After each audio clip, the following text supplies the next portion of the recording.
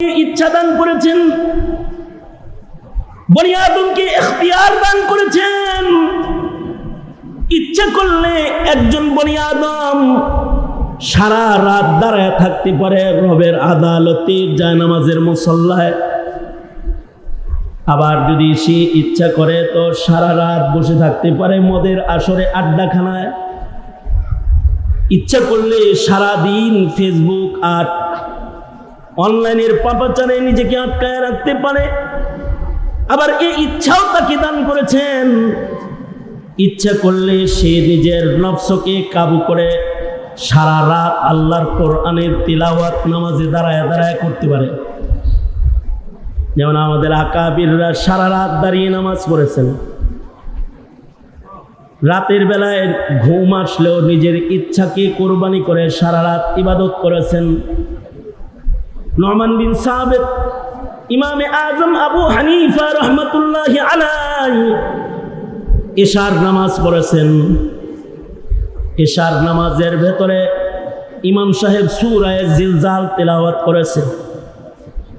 যখন ইমাম সাহেব তেলাওয়াত করেছে, ফামান ইয়ামাল মিসকালা যাররাতিন খায়রান ইয়ারাহ ওয়া মান ইয়ামাল মিসকালা যাররাতিন শাররান ইয়ারাহ। নুমান বিন সাবিতের কলিজা কম্পন শুরু হয়ে গেছে। নামাজের ভেতরে থরথর করে কাঁপতে শুরু করেছেন আর কান্না শুরু করেছেন। নামাজ শেষ করে রাতের একটা অংশ আরাম করার মতো সাহস ওনার হয় নাই। নামাজ শেষে নিজেই আবার মালিকের কদম মোবারকে দাঁড়ায় গেছে, নফল নামাজে দাঁড়ায় গেছে। মসজিদের খুদ্দাম মুয়াজ্জিন তারা ভাবছে ইমাম কিছু সময় পরে নামাজ শেষ করলে মসজিদের দরজা বন্ধ করব। ঘরে চলে গেছে, মাঝ রাত্রে আবার আসছে, এসে দেখে ইমাম নামাজের ভেতরে কোরআন পড়তেছে আর কাঁদতেছে। আবার তারা চলে গেছে ঘরের ভেতরে, রাতের ঘুম ঘুমায় মুয়াজ্জিন শেষ রাত্রিতে ফজরের আজান দিতে মসজিদে এসেছে। এসে দেখে আশ্চর্য, নুমান জমানার ইমামে আজম সারা রাত আল্লাহর কালামের তিলাওয়াত করতেছে। ফজরের আজানের সময় হয়ে গেছে, ওই সময় তার মুখে সূরা জিলজালের তিলাওয়াত আবার শুরু হয়েছে। সূরা জিলজাল তেলাওয়াত শেষ করে দেহ কম্পন শুরু হয়ে গেছে, তো ইমামে আজম রুকুতে চলে গেছে।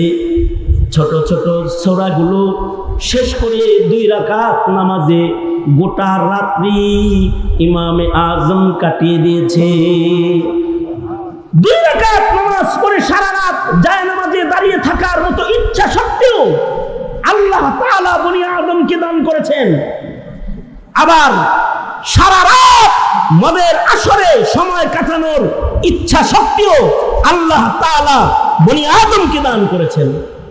পৃথিবীর ইতিহাসে এমন কিছু মানুষ আছে যারা 1 রাকাত নামাজে গোটা কোরআন খতম করেছেন। তাদের ভেতরে একজন সাহাবী হলেন হযরত উসমান ইবনে আফফান, আরেকজন হলেন হযরত তামিম দারি, আরেকজন তাবিঈ হলেন ইমামে আজম আবু হানিফা রাহমাতুল্লাহি আলাইহি, আরেকজন হলেন সাঈদ ইবনে জুবায়ের রাহমাতুল্লাহি আলাইহি। এরা নিজের ইচ্ছাকে এমন ভাবে রাতের আধারে কুরবানি করেছে যে 1 রাত্রে 1 রাকাত নামাজের ভেতরে তারা টোটাল কোরআন দাঁড়িয়ে আল্লাহর সামনে তিলাওয়াত করেছে। নিজের ইচ্ছা শক্তিকে জবাই করে ফেলেছেন, কাবু করে ফেলেছেন, নফসের শক্তিকে হত্যা করে ফেলেছেন। আল্লাহ তাআলা বলেন, যারা নিজের নফসকে কাবু করবে, ইচ্ছা তো দেওয়া হয়েছে সব মানুষকে, কিন্তু যারা নিজের ইচ্ছাকে কাবু করে ফেলবে এবং যারা আল্লাহ পাকের আদালতকে ভয় করবে,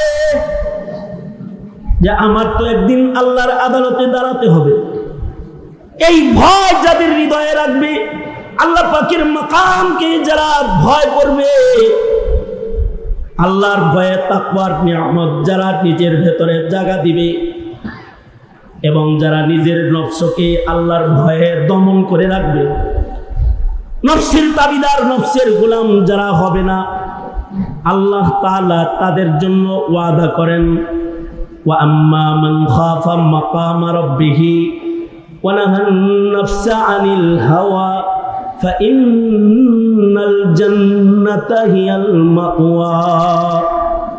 অন্য আয়াতে সূরা রহমানে আল্লাহ তাআলা বলেন ওয়ালিমান খাফা মাকামা রাব্বিহি জান্নাতান, ওয়ালিমান খাফা মাকামা রাব্বিহি জান্নাতান। আল্লাহর আদালতে দাঁড়াইতে হবে এই ভয় যারা হৃদয়ে রাখবে তাদের একটা জান্নাত নয়, আল্লাহ তাআলা তাদেরকে দুইটা জান্নাত দান করবে। মানুষের ভেতরে এক প্রকারের মানুষ আল্লাহ ভয় পায়, এক প্রকারের মানুষ নিজের নফসকে কাবু করে রাখে, আর এক প্রকারের মানুষ আল্লাহকে ভয় পায় না, নফসের তাবিদার হয়ে যায়। যারা নফসের ইচ্ছা মতো নিজেকে চালায় তারা চলতে চলতে আগুনে চলে যায়, আর যারা আল্লাহর ইচ্ছা মতো নিজেদেরকে চালায়, নিজের নফসকে যারা দমন করে, আল্লাহর ইচ্ছাকে যারা নিজের ইচ্ছা বানায়, তারা আল্লাহর ইচ্ছায় চলতে চলতে আগুনে নয়, তারা আল্লাহর জান্নাতের দিদারের বাগানে চলে যায়, তারা জান্নাতে চলে যায়। দুনিয়ার মাটিতে কেউ নিজের ইচ্ছায় নিজেরে চালায়, আর কেউ রবের ইচ্ছায় নিজেকে চালায়। যারা ইচ্ছা শক্তি পাওয়ার পরেও নিজের ইচ্ছাকে জলাঞ্জলি দিয়ে আল্লাহর ইচ্ছাকে বাস্তবায়ন করে যায়, আল্লাহর কাছে মানুষের ভেতরে ওই মানুষগুলাই বন্ধু হওয়ার উপযুক্ত মানুষ হয়ে যায়। আর যারা নিজের ইচ্ছায় চলে বেড়ায় এদেরকে আল্লাহ হাইওয়ান জানোয়ারের চাইতেও নিকৃষ্ট বইলা গালি দিয়া ফেলায়। উলাইকা কাল আনআমি বাল হুম আবাল। এগুলো মানুষ নয়, যাদের ইচ্ছা দেওয়া হয়েছে বলেই তারা কুকুরের মতন যেখানে সেখানে যত্রতত্র যৌনাচারে লিপ্ত হয়ে যায়। তাদের ইচ্ছা শক্তি দেওয়া হয়েছে বিধায় তারা তাদের চক্ষুকে যে কোনো জায়গায় নজর করে ফেলে রেখে দেয়। তাদের জবান দেওয়া হয়েছে বিধায় তারা তাদের জবানকে যে কোনো শব্দ উচ্চারণের জন্য ব্যবহার করে ফেলায়। তাদেরকে পা দেওয়া হয়েছে, তাদের চলন শক্তিকে তারা পাপের পথে পরিচালিত করে বেরোয়। তাদের হস্ত দেওয়া হয়েছে তাই তারা তাদের হাতকে অন্যায় আর জুলম আর পাপাচারের ভেতরে তাদের হাতকে তারা ব্যবহার করে ফেলায়। এই প্রকৃতির মানুষ যারা, এরা মানুষ নয়। উলাইকা কাল আনআম, তারা চতুষ্পদ জন্তুর চাইতে খারাপ। সঙ্গত কারণে মানুষ হিসেবে জন্ম নিলেই মানুষ হয় না, নিজের ইচ্ছা শক্তি কোরবানি দিয়ে তাকওয়ার দৌলত সিনায় নিলে মানুষের মতো মানুষ হওয়া যায়। এ কারণে আমাদের আকাবিররা নিজের নফসকে কাবু করে আল্লাহ পাকের মাকাম, আল্লাহ পাকের ভয়কে নিজের হৃদয়ে এমন ভাবে অবস্থান দিয়েছিলেন যে আল্লাহর ভয়ে তারা এক জাররা, এক সেকেন্ড, এক কদম, একটি কথা, একটি কাজও তারা নিজের ইচ্ছা মতন করতে পারে নাই। কারণ তাদের হৃদয়ে ছিল তাকওয়াল্লাহ, তারা দমন করেছিল তাদের প্রবৃত্তি, তাদের নফসানিয়তকে তারা দমন করেছিল। এ কারণেই তারা আল্লাহর কাছে সবচেয়ে প্রিয়। যেমন এই উম্মতের সবচেয়ে আল্লাহ প্রিয় মানুষ হলেন হযরত আবু বকর সিদ্দিক রাদিয়াল্লাহু আনহু। হযরত আবু বকর আল্লাহর কাছে এত প্রিয় কেন যে হযরত আবু বকরকে আল্লাহর জান্নাতের আটো দরওয়াজা থাকবে। সুবহানাল্লাহ বলেন, সুবহানাল্লাহ বলেন। হযরত আবু বকরকে আল্লাহর জান্নাতের আটো দরওয়াজা থেকে ডাকাডাকি করা হবে কেন? কি কারণে? এ কারণেই যে আবু বকর নিজের ইচ্ছাকে সর্বোচ্চ কুরবানি দিয়ে আল্লাহর রাসূলের ইচ্ছাকে বাস্তবায়ন করেন। এই কারণে হযরত আবু বকর তখন খলিফাতুল মুসলিমিন, অথচ 3 দিন ওনার ঘরে চুলায় আগুন ধরে না, ক্ষুধার্ত। গোলামের কাছেও খবর পৌঁছে গেছে যে সিদ্দিক আকবরের ঘরের চুলায় তো আগুন জ্বলে না। তো গোলামের কাছে কোন জায়গা থেকে রুটি গোশত হাদিয়া আসছে। হযরত আবু বকর ক্ষুধার্ত, গোলাম জানে নিজের কাছে হাদিয়া আসা এই রুটি গোশতগুলোকে গোলাম সিদ্দিক আকবরের সামনে পেশ করেছে, হযরত আবু বকরের সামনে পেশ করেছে। হযরত আবু বকর 3 দিনের ক্ষুধার্ত মানুষ রুটি আর গোশত পেয়ে এক লুকমা উঠায় নিজের মুখে চিবায় পেটের ভেতরে দিয়ে দিছে। যখন পেটে খাবার চলে গেছে, আবু বকরের চিন্তা হয়েছে, কি খাইলাম তাহকিক তো করলাম না।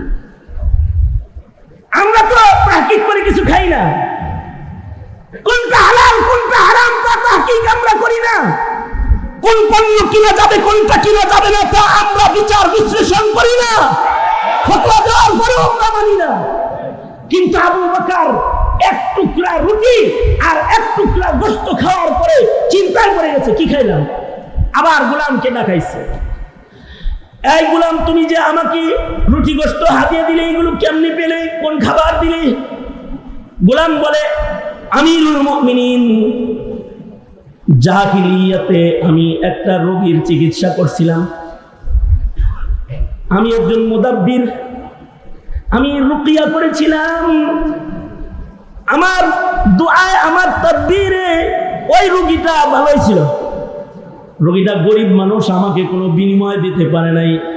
আজকে হঠাৎ করে তার ঘরে ভালো খাবার রান্না হয়েছে, তাই স্মরণ হয়েছে তো আমাকে রুটি গোশত দিয়েছে। সিদ্দিক আকবর বলে, তুমি যখন ওই রোগীর চিকিৎসা করেছিলে তুমি কি মুমিন ছিলা না কাফের ছিলা? আমি জাহিলিয়াতে ছিলাম, মুশরিক ছিলাম।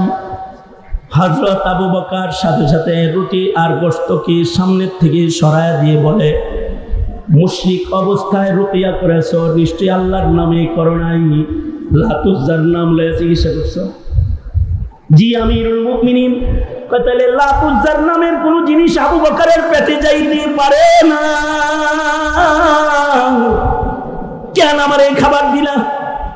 হযরত আবু বকর খাবারগুলো সরায় ফেলেছে, আর হযরত আবু বকর নিজের মুখের ভেতরে আঙ্গুলি দিয়া বমি করার চেষ্টা করছে। হযরত ওমর বলে, আমিরুল মুমিনিন এত কষ্ট করতেছেন কেন? হযরত আবু বকর বলে, ওমর তুমি কি রাসূলের মুখের হাদিস শোনো নাই, পেটে হারাম থাকলে ওই হারাম দিয়ে যে আযা গঠন হবে, ওই আযাটা কখনো জান্নাতের খুশবু পাবে না। বলো আমি কেমন করে শকযুক্ত খাবারকে নিজের পেটে হজম হইতে দিতে পারি? যতক্ষণ পর্যন্ত এটারে বাইর না করব আমি শান্ত হব না। হযরত আবু বকর আবার পানি পান করলেন, নিজের মুখে উঙ্গুলি মারলেন। শেষ পর্যন্ত ভীষণ কষ্ট, ভীষণ যন্ত্রণায় হযরত আবু বকরের বমি হয়ে গেল।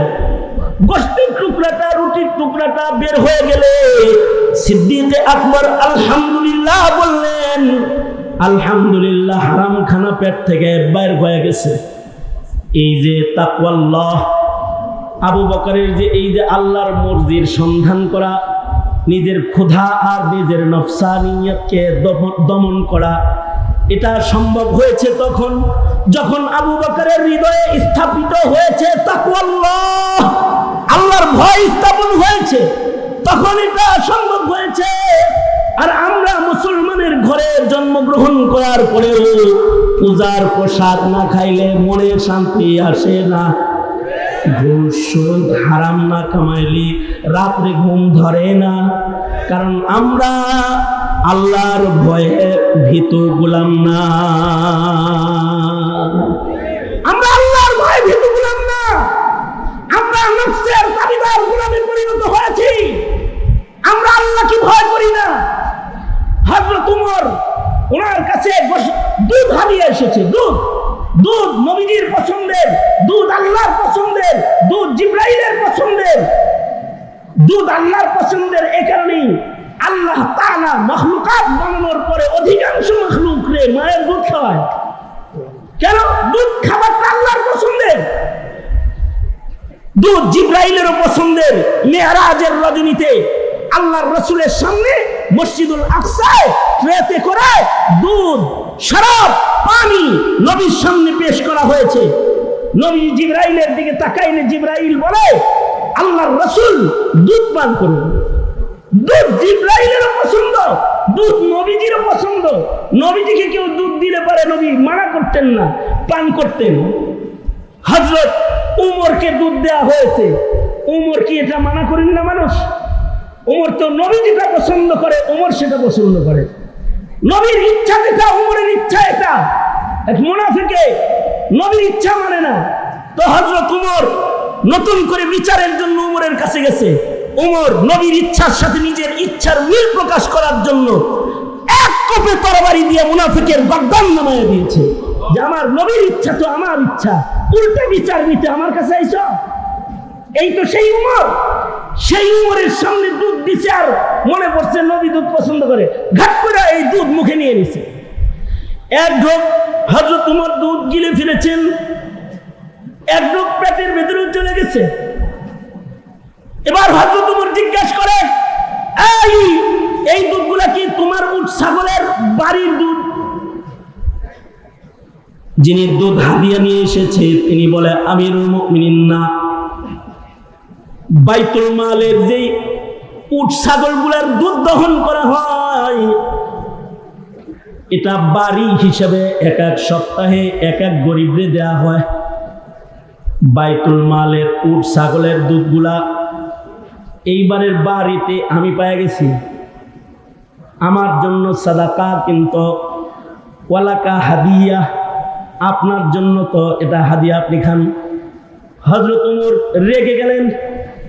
বাইতুল মালের পাহারাদার হইলাম আমি উমর, আমি খলিফাতুল মুসলিমিন, আমি বাইতুল মালের হাদিয়ার দুধ তোমার কাছ থেকে ঘুরায় খাও, তো তালার চাবি আমার কাছে আছে, আমি এনে খাইতে পারি। তোমার কাছে হাদিয়ার দুধ আসার পরে সেটা খাইয়া যদি আমি মইরা যাই, আর যদি আল্লাহ পাক খলিফা থাকা অবস্থায় বাইতুল মালের দুধ তোমার পেটে কেন, উত্তর দিব কি আমি? হযরত উমর হাউমাউ করে কান্না শুরু করলেন আর নিজের মুখে অঙ্গুলি দিয়ে বমি করে সব দুধগুলাকে কায় করলেন, বের করলেন। ততক্ষণ পর্যন্ত হযরত উমর শান্ত হলেন না, যতক্ষণ পর্যন্ত পেটের দুধ না বের হইছে। উমর যে এটা করতে পেরেছে এটা ছিল উমরের তাকওয়াল্লাহ, আল্লাহ পাকের মাকামের আর আদালতের বিচারের ভয় হযরত উমরকে এটা করতেই বাধ্য করেছে। আর বর্তমান সমাজের, মুসলিম সমাজের নেতা, মুসলিম সমাজের লিডার, মুসলিম দেশের রাষ্ট্রপতির নেতৃত্বে রাষ্ট্রের রিজার্ভ ফান্ড উধাও হয়ে যায়, তালাশ করে বাইর করা যায় না কে খেয়েছে। এ কাণ্ড মুসলমানের মাটিতে ঘটে যায় তাকওয়াল্লাহ না থাকার কারণে। যদি তাকওয়াল্লাহ থাকতো তাইলে বাইতুল মালের এক জাররার খেয়ানত হতো না, রাষ্ট্র সম্পদ বিদেশে জমা হতো না, আঙ্গুল ফুলে নেতারা কলা গাছ হয়ে যেত না, কারণ তাকওয়াল্লাহ নাই, খুদাবিদি নাই। সঙ্গত কারণে নফসানিয়তকে প্রয়োগ করার জন্য, ক্ষমতার চেয়ারকে সবচেয়ে বড় অস্ত্র হিসেবে নেওয়ার জন্য ইলেকশনের আগে নমিনেশনের কারাকারি আর মারামারি শুরু হয়ে যায়। কারণ কি? তাকওয়াল্লাহ নাই, নফসানিয়তকে নিজের সবচেয়ে বড় খোদায় পরিণত করেছে। হযরত উমর ফারুক রাদিয়াল্লাহু আনহু এক ঢোক দুধ নিজের পেটের ভেতরে থাকা অবস্থায় নিজেকে স্বাভাবিক হালতে রাখতে পারেন নাই। এটা শুধু হযরত উমরের কারবার না, পৃথিবীর মাটির উপরে তাকওয়াওয়ালা, আল্লাহ ভীরু, খোদা ভীরু যত মানুষ গেছে সবারই অবস্থা। ইতিহাসের পাতার আরেকজন উমর ছিলেন, উমর ইবনে, যাকে বলা হয় উমরে সানি। উনি ইতিহাসের পাতার দ্বিতীয় উমর, উমর ইবনে আব্দুল আজিজ রাহমাতুল্লাহি আলাইহি, যার শাসনামলে বাঘ আর ছাগল এক ঘাটে পানি পান করেছে। আল্লাহু আকবার জোরে করে বলেন। কারণ শাসক যদি ইনসাফওয়ালা হয়, তার ইনসাফের আসার জমিনের মানুষ শুধু না, জঙ্গলের হাইওয়ানের উপরেও পড়ে যায়। 5 বছর লাগে না, 10 বছরের শাসন লাগে না। উমর ইবনে আব্দুল আজিজের শাসনকাল ছিল মাত্র 2.5 বছর। মাত্র 2.5 বছরের শাসন ক্ষমতা। এই 2.5 বছরের শাসনের প্রভাব মানুষের হৃদয়ে শুধু নয়, জঙ্গলের প্রাণীর উপরে পড়েছিল যে বাঘ কখনো ছাগলের রক্ত পান করে নাই। এটি কেমনে সম্ভব হয়েছিল? এটি সম্ভব হয়েছিল আল্লাহ পাকের ভয়ের বিস্তারের মাধ্যমে, তাকওয়ার বিতরণ পদ্ধতির মাধ্যমে। নিজে ছিল মুত্তাকি, জমিনের মানুষদের কি বানাইছে মুত্তাকি, তাদের তাকওয়ার আসর পানির উপরে পড়েছে, তো বাঘ মুত্তাকি হয়েছে, জুলুম করা ভুলে গেছে। এই উমর ইবনে আব্দুল আজিজ রহমতুল্লাহি আলাইহি উনি উর্দুনে এক গভর্নরকে প্রেরণ করলেন। গভর্নর উমর ইবনে আব্দুল আজিজ রহমতুল্লাহি আলাইহির একনিষ্ঠ ভক্ত। নিজের পয়লা বেতন পেয়ে এই বেতনের টাকা দিয়ে উর্দুনের ভালো 2 মণ খেজুর কিনলেন, 2টা কার্টুন করে। এই 2 কার্টুন খেজুর হযরত উমর ইবনে আব্দুল আজিজের জন্য হাদিয়া পাঠানোর নিয়ত করলেন, যে আমি গভর্নর হয়েছি, যার দয়া করুণা। আমাদের দেশে যেরকম এমপি মন্ত্রীর বাড়িতে চেয়ারম্যানরা বড় বড় মাছ হয়ে যায়, এই শুকরিয়া প্রকাশ করার আশায় উর্দুনের গভর্নর উমর ইবনে আব্দুল আজিজের শুকরিয়া প্রকাশ করার জন্য 2 প্যাকেট দামি খেজুর কিনছে। খেজুরগুলা পাঠাইবে কেমনি? হাদিয়া পাঠানোর জন্য রাষ্ট্রীয় একটা গাড়ি রাষ্ট্রপ্রধানের কার্যালয় থেকে উর্দুনের কার্যালয়ে গেছে। রাষ্ট্রের গাড়িতে মাল গেছে যাওয়ার সময় কেন্দ্রের থেকে, রাজধানী থেকে। তো খালি গাড়ি উর্দুন থেকে কেন্দ্রে আসতেছে। গভর্নর 2 পোটলা খেজুর গাড়ির ভেতরে উঠায় দিছে। খালি গাড়ি লই তো যাইবা, আমিরুল মুমিনিনের জন্য এই খেজুরগুলা হাদিয়া, এগুলো লইয়া যাও। এইগুলোকে আমিরুল মুমিনিনের দপ্তরে হাদিয়া হিসেবে পেশ করবে আমার পক্ষ থেকে। রাষ্ট্রীয় ডাক গাড়ি ফেরত আসার সময় খেজুরের পুটলা 2টা লয়ে আইছে, আইনা উমর ইবনে আব্দুল আজিজের দরবারে পেশ করেছে। হযরত উমর ইবনে আব্দুল আজিজ বললেন, গভর্নর থাকে উর্দুনে খেজুর আইলো কেমনে? আসমান দিয়ে আইছে? না না, জমিন দিয়ে আসছে। কে আনছে? রাষ্ট্রের একটা ডাক বিভাগের গাড়ি উর্দুনে গিয়েছিল, সেই গাড়িতে পাঠায় দিয়েছে। উমর ইবনে আব্দুল আজিজ বলে, তাইলে তো এই খেজুর আমার জন্য হারাম হয়ে গেছে, কারণ যে গাড়িটা গেছে ওটা রাষ্ট্রের টাকার কেনা গাড়ি। যেই ড্রাইভার গাড়িটা চালিয়ে গেছে ওই ড্রাইভারের বেতন দেয় বাইতুল মাল থেকে, রাষ্ট্রীয় কোষাগার থেকে। আর সেই গাড়িতে আমার হাদিয়ার খেজুর চইরা আইছে, এটা তো বাইতুল মালে রয়ে গেছে। বাইতুল মালের গাড়িতে আসছে, বাইতুল মালের ড্রাইভারে লয়ে আইছে। কই হযরত খালি গাড়ি আইছে? কই খালি গাড়ি আইছে তাই কি হইছে? আমার খেজুর তো ওইটা চইরা আইছে, সুতরাং এটা আমার জন্য হালাল নয়। যাও, নিজের খাদেমকে বললেন, যাও দামি খেজুরগুলাকে বাজারে বিক্রি করে দাও, আর বিক্রি করার টাকা যেটা আসবে সেটাকে বাইতুল মালে জমা করে দাও, কারণ খেজুরগুলা কেন্দ্রে আসতে বাইতুল মালের গাড়ি ব্যবহার হয়েছে। রাষ্ট্রীয় কোষাগারের সম্পদ ব্যবহার করে বেতনভুক্ত কর্মচারীর মেহনত এর সাথে লেগেছে, সুতরাং টাকাগুলোকে বাইতুল মালে জমা করে দাও। খাদিমে খেজুরগুলা লইয়া বাইরে যাইতেছে। উমর ইবনে আব্দুল আজিজ রহমতুল্লাহের ভাতিজা বলে, এই খাদিম, তামাশা দেখতেছি, সব দেখছি, যাও খেজুরগুলা নিয়ে বাজারে যাও। বাজারে খেজুরগুলার দাম উঠাইবা, কিন্তু বেচবা না, কিনবো আমি। যা দাম উঠে 1 টাকা বেশি আমার কাছ থেকে নিবা। আমি আগেই কিনে রাখলাম, দাম উঠাইতে বাজারে লয়ে যাও। দাম উঠাইতে 13 টাকা মন দাম উঠছে। এসে বলে, হযরত 13 টাকা মন দাম, 14 টাকায় কিনলাম, এই যে 28 টাকা দিলাম। 2 মণ খেজুরের মালিক এখন আমি। এই 28 টাকা যাও বাইতুল মালে জমা করে আসো। 28 টাকা বাইতুল মালে জমা করে দিয়েছে। আর হযরত উমর ইবনে আব্দুল আজিজের খাদেম ভাতিজার কাছে এসে রিসিপ্ট দিয়া বলে, এই যে টাকা জমা করছি। কয়, রিসিপ্টটা সহ চাচার কাছে যাও, আর এই 2 মণের 1 মণ আমি রেখে দিলাম। 1 মণ খেজুর, দামি খেজুর, এই খেজুরটা চাচার জন্য লইয়া যাও। আমি জানি চাচার ঘরে খাবার নাই, কমস কম খেজুরগুলা চাচার খাবারের ইন্তজাম হবে। খলিফাতুল মুসলিমিন হওয়ার পরে ঘরে খাবার নাই। ভাতিজা এই খেজুরগুলো নিয়ে গিয়ে বলে, চাচা, খেজুরগুলো আমি খরিদ করে টাকা জমা করে দিয়েছি, এখন এই খেজুরের সাথে না বাইতুল মালের গাড়ির সম্পর্ক আছে, না বাইতুল মালের কোনো কর্মচারীর সম্পর্ক আছে, রাষ্ট্র সম্পদের কোনো সম্পর্ক নাই। ভাতিজার হাদিয়ার খেজুরটা দয়া করে গ্রহণ করুন। ওমর ইবনে আব্দুল আজিজ বলে, হ্যাঁ, এখন এই খেজুর ওমর ইবনে আব্দুল আজিজের খাওয়ার উপযুক্ত হয়েছে। এটাকে বলে খোদাবীতি, এটাকে বলে মনুষ্যত্ববোধ, এটাকে বলে ইনসানিয়ত, এটাকে বলে নফস দমন পদ্ধতি। এই জায়গায় কিভাবে যাবে একটা লোক? এমনি এমনি যেতে পারবে না। নফসের এই দমন, এই পদ্ধতি শেখার জন্য কারোর কাছে নিজেকে ন্যস্ত করতে হয়। সঙ্গত কারণেই পৃথিবীর মাটিতে যুগে যুগে নবী রাসূলদের মাধ্যমে তালিম দিয়ে এভাবে নফস দমনের মেহনত আল্লাহ তাআলা লক্ষাধিক পয়গম্বর দিয়ে করিয়েছেন।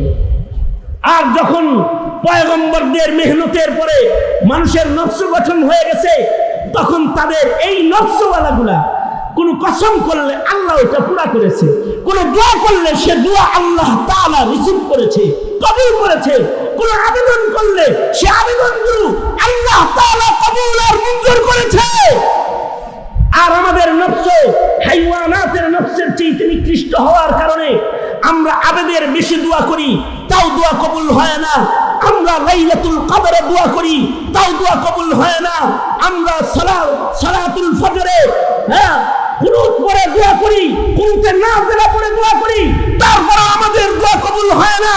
আসল কথা হলো সংখ্যা তো অনেক রয়েছে, কিন্তু নফস উত্তম ঈমানের দ্বারাই মুতমাইন নফস, যাদের আবেদন আল্লাহ কবুল করবে, এমন আবেদনওয়ালা মুসলমানের সংখ্যা কমে গেছে।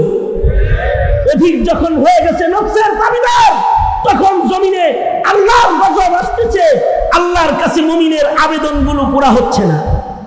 অথচ আগের জমানার মানুষ আবেদন করলে দোয়া কবুল হয়ে যেত, যা আবেদন করত আল্লাহ তাই দিত।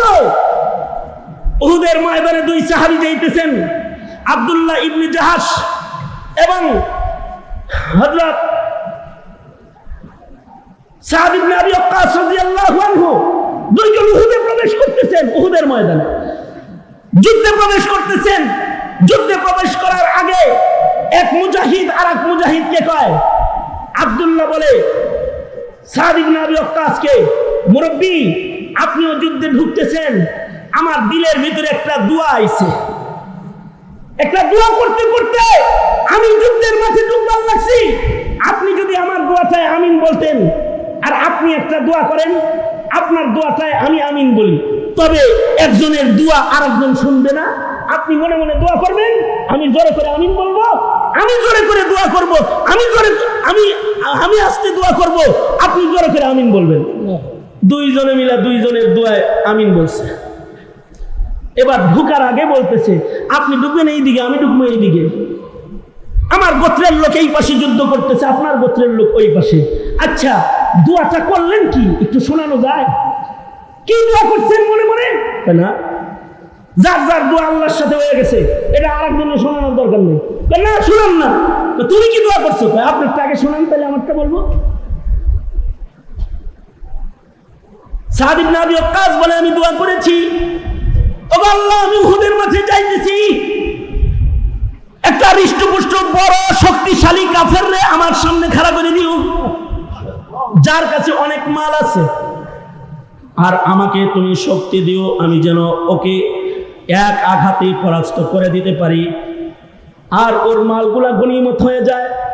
আমি এই গনিমত নিয়ে মদিনায় ঢুকলে মদিনাবাসীর ফায়দা হয়ে যাবে, আমি রাজি হয়ে যাব। নবীর সাথে যুদ্ধ করতে দুশমন আসছে, দুশমন পরাস্ত হয়ে যাবে। আল্লাহ, তুমি আমাকে শক্তি দাও, আর এমন পরিবেশের মুখোমুখি আমাকে করে দিও। আব্দুল্লাহ, তুমি আমার এই দোয়ায় আমিন বলেছ। সাদ ইবনে আবি ওয়াক্কাস বলে, আব্দুল্লাহ, তুমি কি দোয়া করেছো? তুমি কি দোয়া করেছো? আমি দোয়া করেছি, ওগো আল্লাহ, মুমিন আর মুশরিকরা মুখোমুখি হবে, কিছু মানুষ তো শহীদই হবে। ওগো আল্লাহ, সেই শহীদের লিস্টে যেন আমি আব্দুল্লাহর নাম চলে যায়। কারণ তোমার দরবারে হিসাব দিয়া জান্নাতে যাওয়ার মতো শক্তি আমার নাই। আমি একটু বিনা হিসাব জান্নাত পেতে চাই। তাই উহুদ প্রান্তরে যারা শহীদ হবে তাদের ভিতরে ওগো আল্লাহ তুমি আমার নামটা উঠাইয়া লইও। আর একটা দরখাস্ত হলো, ওগো আল্লাহ তুমি যখন বিচার করবে তখন তুমি মুখে তালা দিবে। আল-ইয়াওমা নাখতিমু আলা আফওয়াহিহিম ওয়া তুকাল্লিমুনা আইদিহিম। ওগো আল্লাহ তুমি আমার মুখে তালা দিবে, হাত কথা বলবে, পা কথা বলবে, কান কথা বলবে, চোখ কথা বলবে, আমার আযা অঙ্গ প্রত্যঙ্গ কথা বলবে। ওগো আল্লাহ শহীদ বানাইবার একটা আলাদা দাবি হইল, আমাকে এমন একটা শহীদ বানাইবা যেন দুশমনরা আমার হাত কাইটা লইয়া যায়, যাতে আমার বিপক্ষে সাক্ষী দেওয়ার হাত হাসরের মাঠে আমার দেহে না রয়। দুশমনরা যেন আমার পা কাইটা লইয়া যায়, আমার পা যেন আদালতে কিবরিয়াতে আল্লাহর দরবারে আমার বিপক্ষে দাঁড়ায় না যায়। দুশমনরা যেন আমার চোখ খুলে লইয়া যায়, আমার চোখ যেন আদালতে কিবরিয়াতে আমার বিপক্ষে না দাঁড়ায়। দুশমনরা যেন আমার কান কেটে লইয়া যায়, আমার কান যেন আদালতে কিবরিয়াতে সাক্ষী দিতে না দাঁড়ায়। আমি যেন মুসলা অবস্থায় আল্লাহর আদালতে দাঁড়াতে পারি। আশ্চর্য দোয়া তাদের। সাদ ইবনে আবি ওয়াক্কাস গাজী হইয়া গনিমতের মাল লইয়া মদিনায় ঢুকে পড়ছে। যেমন দোয়া করেছে তেমন দোয়া কবুল হয়ে গেছে। আর উহুদ প্রান্তরে যারা মুসলা শাহাদাত বরণ করেছে তাদের ভিতরে আব্দুল্লাহ গণ্য হইয়া যায়। সাদ ইবনে আবি ওয়াক্কাস বাড়িতে এসে সন্তানকে বলে, সন্তান রে আমি মুজাহিদ রে দিয়া এক মুজাহিদে আমিন বলাইছি, আর আমি তারে দিয়া আমিন বলাইছিলাম, কিন্তু দোয়া চয়ন করতে ভুল করে ফেলেছি। সে যে দোয়াটা কইরা আমিন বলায় বিনা হিসাব জান্নাতের দরজা খুইলা গেল গা, আমি হাইরা গেছি। অমন একটা দোয়া যদি আমি কইরা যুদ্ধের ময়দানে ঢুকতাম, তাহলে যেদিন আল্লাহ তাআলা বিচারের আদালতে দাঁড়াবে বিচার করতে, সেদিন আমি কমাস কম নিরাপদে জান্নাতের পথের পথিক হইতে পারতাম। কারণ আল্লাহর সামনে দাঁড়ায় হিসাব দিয়ে জান্নাত পাওয়া সম্ভব নয়।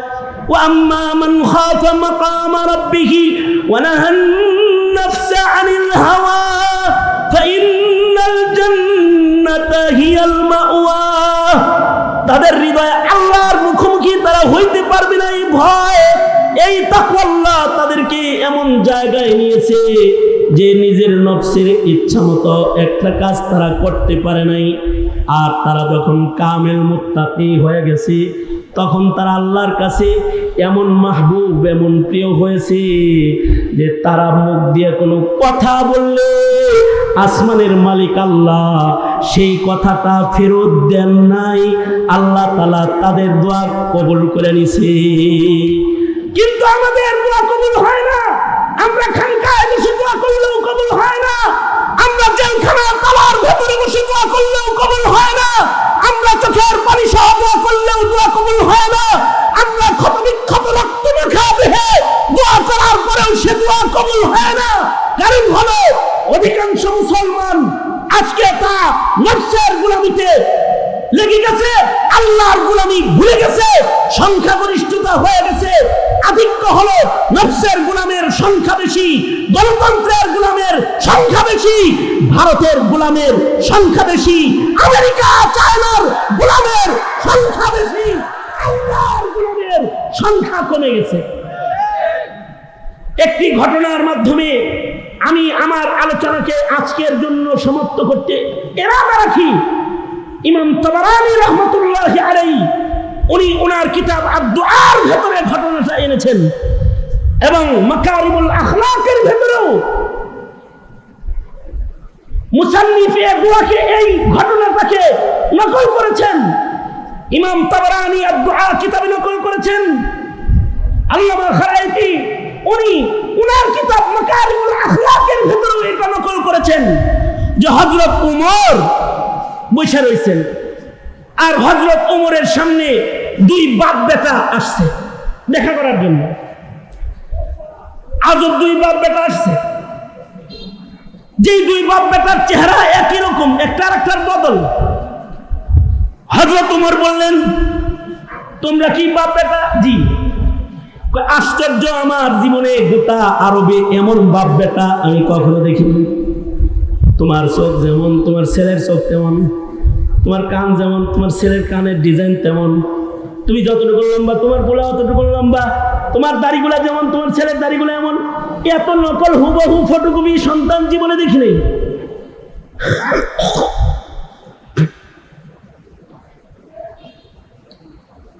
আগন্তুক বলে, আমিরুল মুমিনিন, যেহেতু আমার সন্তান দেখে আশ্চর্যান্বিত আপনি হলেন, তাহলে এমন আশ্চর্য সন্তান আমি কেমনে পাইলাম এটা শুনবেন না? অবশ্যই শুনবো, বলো বলো। লোকটা বলে, আমিরুল মুমিনিন, বিয়ে করেছি, বিবির পেটে বাচ্চা এসে গেছে, গর্ভ, বাচ্চাটা আস্তে আস্তে বড় হয়েছে, 6 মাস 7 মাস হয়ে গেছে, কয়দিন পরে বাচ্চা প্রসব হবে। এমন সময় জিহাদের আযান কানে চলে আসলো। নফস বলে বিবি বাচ্চার খেদমত করি, কিন্তু আল্লাহ বলে যুদ্ধে যেতে। আমিরুল মুমিনিন নিজের বিবির কাছ থেকে বিদায় নিয়ে ঢাল তরবারি হাতে আমি যুদ্ধের জন্য রওনা করলাম। বিবি আমার বলে, পেটে বাচ্চা রেখে যাচ্ছ, কি হবে আমার? তুমি যাচ্ছ যুদ্ধে, কেমনে কি হবে? আগন্তুক বলে, আমিরুল মুমিনিন, আমার বিবি যখন বাচ্চা প্রসবের চিন্তায় কাঁদতেছিল, তখন আমি আমার বিবির পেটে হাত রেখে বলেছিলাম, আস্তাউদিউল্লাহ মা ফি বাতনিক, তোমার পেটে যা আছে এগুলোকে আমি আল্লাহর হাওয়ালা করে গেলাম। তোমার পেটে আমার যে বাচ্চা আছে এটাকে আল্লাহর হাওয়ালা করে গেলাম। দোয়াটা উচ্চারণ করার সাথে সাথে আমার বিবি নীরব হইয়া যায়। বিবিকে টাকা পয়সা দিয়ে বাচ্চা পেটে রেখে আমি যুদ্ধের ময়দানে চলে যাই। যুদ্ধ সময় লম্বা হইতে থাকে। হঠাৎ করে একদিন আমি খবর পাই যে আমার বিবির ইন্তেকাল হয়ে গেছে এবং আমার বাচ্চাটা প্রসব হয় নাই। বিবির পেটের ভেতরেই আমার বাচ্চা। মহল্লার লোকেরা আমার বাচ্চা আর আমার বিবিকে, যেহেতু বাচ্চা বের হয় নাই, বাচ্চা সহ মাইয়িতকে কবরে রেখে দিয়েছে। কিছুদিন পরে যুদ্ধ শেষ হয়ে গেলে আমি বাড়িতে এসেছি। বাড়িতে এসে শুনি লোকদের মুখে গুঞ্জন, জানো জানো জানো, তোমার বিবিরে যে কবরে রাখা হয়েছে ওই কবরে রাতের গভীরে আগুন দেখা যায়, আর কিসের আওয়াজ যেন শোনা যায়। লোকটা বলে, আমিরুল মুমিনিন, আমার বিবি ছিল আবেদা, সালেহা, জাহেদা, কানেতা, আশিকা, মুমিনা। পেটে সন্তান লয়ে মারা গেছে, তার কবরে আগুন হয় কেমনে এটা আমার বুঝে আসে না। ঘটনা অবজার্ভ করার জন্যে আমি রাতের অন্ধকারে বিবির কবরে গেলাম। মানুষ বলে রাতের বেলায় নাকি আগুন দেখা যায়। আমি একদিন রাতের বেলায় রাতের আধারে সে কবরের পরে গেলাম। সত্য সত্যই দেখি কবর থেকে আগুন বাইরে বের হয়ে আসে।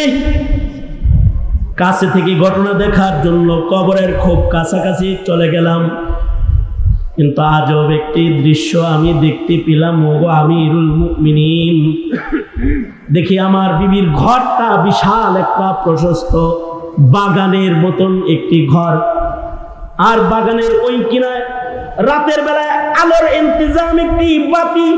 কখনো কখনো বাতাসে আগুনগুলো কবরের উপরে উঠে যায়। কবরটা একটা আলোকিত কবর। কাছে যাইয়া দেখি আমার বিবি আমার সন্তান কোলে করে দুগ্ধ পান করাচ্ছে। আমি কবরের পারে যায় দাঁড়াইতে, বিবি আমার দাঁড়িয়ে যায় আর বলে, স্বামী গো, যুদ্ধের ময়দানে গেলা, মুজাহিদ হিসাবে দরজায় দাঁড়ায় দোয়া করলা, আস্তাগফিরুল্লাহ মা ফি বাতনি, আমার পেটে যেটা আছে এটারে আল্লাহর হাওয়ালা করলা, কিন্তু আমারে আল্লাহর হাওয়ালা করলা না। স্বামী গো, তোমার সন্তান হয়ে আমি কবরে আসছি ঠিক, কিন্তু যার হাওয়ালা করে তুমি সন্তান আমার পেটে রেখে গেছো, তোমার মনি তোমার সন্তানকে কবরে আমার পেটে জিন্দা রেখেছে। এই সন্তান কবরে প্রসব হয়েছে, ফেরেশতারা নিগরানি করেছে। নাও হে স্বামী, তোমার আমানত তুমি গ্রহণ করো স্বামী। আল্লাহ এইরকম দৃশ্য আমাকে দেখাইলো, আমিরুল মুমিনিন, আমি হাত বিছায় দিলাম, আমার বিবি আমার সন্তান আমার কোলে দিলি, কুদরতি ভাবে কবরটা লেগে গেল, মিশে গেল, আর কবরের দরওয়াজা বন্ধ হয়ে গেল। আমিরুল মুমিনিন, যে সন্তানটাকে হুবহু আমার মতো আপনি দেখতে পাচ্ছেন, এই সন্তানটা হলো আল্লাহর কাছ থেকে মজলুম জবাবে কবুল করানো সন্তান। যখন যুদ্ধের ময়দানে যাচ্ছিলাম তখন কবুল করেছিলাম সেই সন্তান, তাদের দোয়া এরকম কবুল হইতো। কিন্তু আমরা কোরআনে কারীম সামনে নিয়ে বসে থাকি, আমাদের দোয়া কবুল হয় না। হাদিসের দার্সে বসে থাকি, আমাদের দোয়া যেন কবুল হয় না, আমরা যেন রহমত পাই না। কারণ হলো আত্মসমালোচনার ভেতরে চলে যাই আমরা, আমাদের নফসকে এখনো পর্যন্ত সোজা করতে পারি নাই। আমরা আমাদের মুরব্বীদের কাছে গিয়ে আমাদের নফসের বাঁকা হালতকে সোজা করতে পারি নাই। গুনাহযুক্ত হালতকে গুনাহমুক্ত করার শক্তি তাকওয়া আল্লাহ অর্জন করার জায়গায় নিতে পারি নাই। যে ব্যর্থতার গ্লানি আমাদেরকে জেলখানার জুলুম করতে বাধ্য করেছে, যে ব্যর্থতার গ্লানি বাতিলের সামনে মাথা নত করতে বাধ্য করেছে, যে ব্যর্থতার গ্লানি আমাদের মাদ্রাসাগুলোর উপরে সকলের নজর পড়েছে, যে ব্যর্থতার গ্লানি আমাদের আলেম সমাজকে হুমকি দিয়ে দমন নিপীড়নের চেষ্টায় তারা লেগে গেছে, এই ব্যর্থতার গ্লানি আমাদের নফসের তাবিদারির গ্লানি। আসলে যদি আমরা আমাদেরকে প্রস্তুত করতে পারি আর যদি মুমিন হতে পারে, তো আজ ভি হো জো ইব্রাহিম কা ইমা पैदा आग कर सकती है एक अंदाजे गुलिस्ता पैदा। এ কারণে আমি আমার জাতি, আমার ভাই, আমার বন্ধু, আমার দোস্ত, আমার ছোট ভাই, আমার মুরব্বী, আমার আপনজন, আপনারা যারা বাংলার প্রান্ত প্রান্ত থেকে এখানে এসেছেন, আসুন আমরা আমাদেরকে গঠন করি। যদি আমরা আমাদেরকে গঠন করতে পারি তাহলে পৃথিবীর কোনো শক্তি নাই ইসলামকে আটকায়, পৃথিবীর কোনো শক্তি নাই আলেমকে জেলখানায় পচায়, পৃথিবীর কোনো শক্তি নাই ইসলামের উপরে হুকুমতগিরি করে বেড়ায়। মুসলিমরাই জয়ী হবে, ইসলামের পতাকাই উপরে উঠবে, এটাই আল্লাহর ওয়াদা। ঠিক কিনা করে আওয়াজ করে বলেন। তাই যদি হয় হে মুসলিম মিল্লাত, তোমরা কি নিজের নফসের তাবিদারি ছেড়ে পাপাচার মুক্ত জীবন গড়ার লক্ষ্যে আকাবিরদের সবকের উপরে নিজেদেরকে চালাইতে প্রস্তুত রাখবে তো ইনশাআল্লাহ? শুধু ব্যক্তি জীবনে এই প্রস্তুতি নয়, রাষ্ট্র জীবনেও যদি আকাবিরদের অঙ্গুলির ইশারায় হকের জন্য, ইসলামের জন্য, কোরআনের জন্য নিজের জীবন বিসর্জন দিতে হয়, তো কাফন পরে হামজালা, হুমায়ুন, খাব্বাবের মতো ময়দানে বেরিয়ে আসতেও প্রস্তুত থাকবে ইনশাআল্লাহ, ইনশাআল্লাহ।